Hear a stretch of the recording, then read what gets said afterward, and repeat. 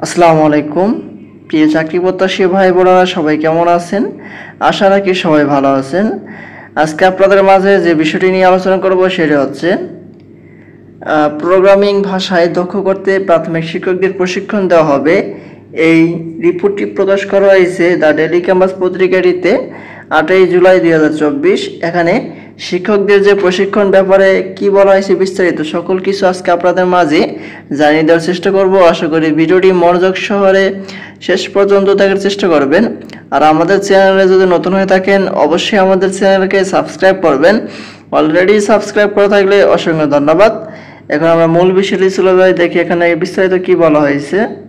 দেখতে পাচ্ছি সরকারি প্রাথমিক বিদ্যালয়গুলোতে প্রোগ্রামিং শিক্ষা কার্যক্রমের সহায়ক হিসেবে তৈরি এবং প্রাথমিক শিক্ষাকর্মের শিক্ষকদের স্কার্স প্রোগ্রামিংয়ে আরও বেশি দক্ষ করার উদ্দেশ্যে প্রশিক্ষণ কর্মশালা হয়েছে।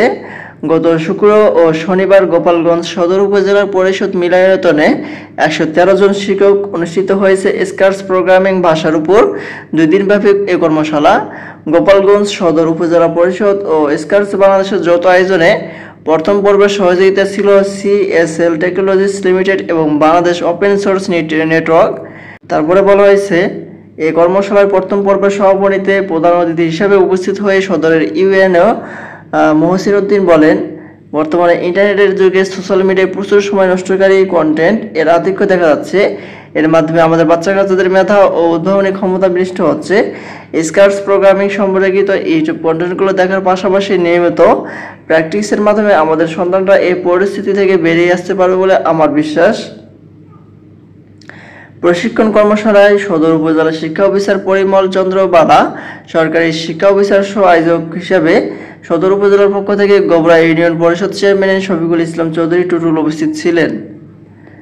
এই কর্মশালায় ব্লক ভিত্তিক প্রোগ্রামিং ভাষা স্কার্স দিয়ে শিক্ষকগণকে প্রোগ্রামিং ও গণিতের ধারণা দিয়ে বিভিন্ন যুক্তি ব্যবহার করে গেম এবং অ্যানিমেশন তৈরি করার বিষয়গুলি হাতে কলমে দেখানো হয়।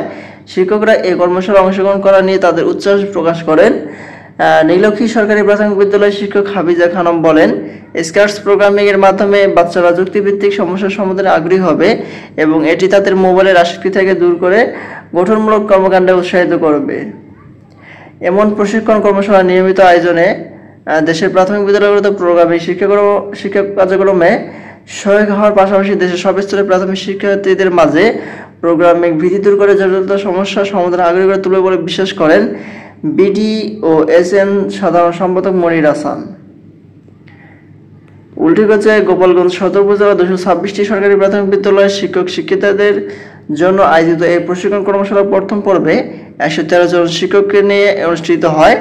এই প্রশিক্ষণ কর্মশালা প্রথম পর্বে প্রত্যেককে সরকারি প্রাথমিক বিদ্যালয় থেকে একজন করে ICT শিক্ষক এই কর্মশালা অংশগ্রহণ করেন। পরবর্তী ধাপে বাকি 113টি সরকারি প্রাথমিক বিদ্যালয়ের শিক্ষকদের নিয়ে কর্মশালা দ্বিতীয় পর্বে আয়োজন করা হবে। এখানে কিন্তু বলা হয়েছে যে পরবর্তী ধাপে 113টি সরকারি প্রাথমিক বিদ্যালয়ের শিক্ষকদের নিয়ে কর্মশালার দ্বিতীয় পর্ব আয়োজন করা হবে। উভয় দিনই 10টা থেকে শুরু হয়ে বিকাল 4টা পর্যন্ত কর্মশালা অনুষ্ঠিত হয়। কর্মশালা শেষে শিক্ষকরা নিজ নিজ বিদ্যালয়ে ফিরে গিয়ে ছাত্রছাত্রীদেরকে ব্লক ভিত্তিক প্রোগ্রামিং ভাষা সম্পর্কে ধারণা দেবেন। এটা কিন্তু পরবর্তীতে হওয়ার সম্ভাবনা রয়েছে, খুব তাড়াতাড়ি শীঘ্রই এখানে বলা হয়েছে যে প্রোগ্রামিং ভাষায় যে প্রশিক্ষণ দেওয়া হবে এটি সম্পর্কে বিস্তারিত রিপোর্ট এখানে বলা হয়েছে। আজকের মতো এই পর্যন্ত, সবাই ভালো থাকবেন, সুস্থ থাকবেন। এটি সম্পর্কে পরবর্তীতে আপডেট নোটিশ পেতে আমাদের চ্যানেলটিকে সাবস্ক্রাইব করে পাশে থাকবেন। ধন্যবাদ সবাইকে। আসসালামু আলাইকুম।